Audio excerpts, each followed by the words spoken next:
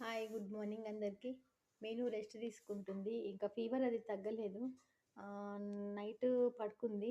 మళ్ళీ మార్నింగ్ అయితే ఈ టైంకి అసలు ఇట్లా పడుకోదనమాట. చాలా ఎనర్జిటిక్‌గా అన్నీ పిచ్చి పిచ్చిగా పాడు చేస్తూ ఉంటుంది. అది ఫీవరొచ్చింది.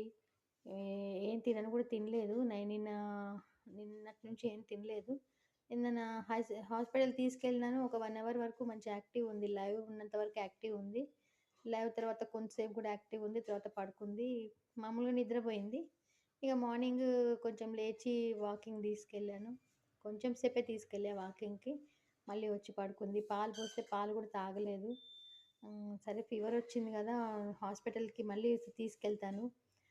9:30కి అలా డాక్టర్స్ అక్కడ ఉంటారనమాట.